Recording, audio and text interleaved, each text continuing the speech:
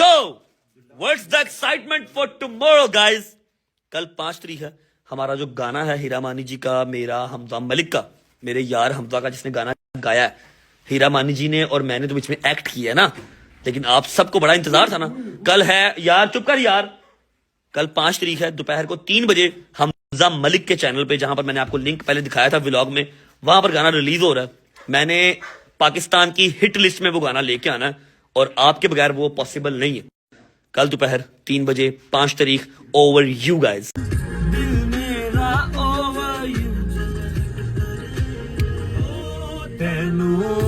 कदर दी मेरी औकात सी तेरी, मेरी गली विचों लंघी अज बारात सी तेरी. हो तैनू शर्म ना आए, इज्जत रास ना आए, लारे सिलाए तैनू लगनी हाय. बस इतना ही सुनाऊंगा.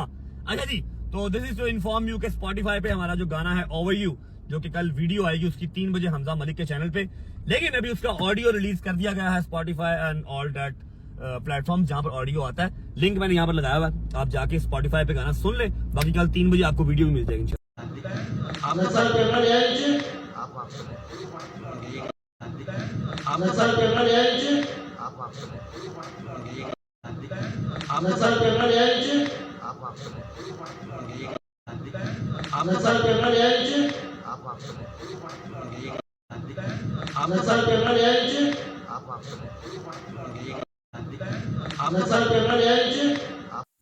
पता नहीं अच्छा लग रहा हूँ कि क्या लग रहा हूँ, तुझे पता होगा क्या किया क्या तूने.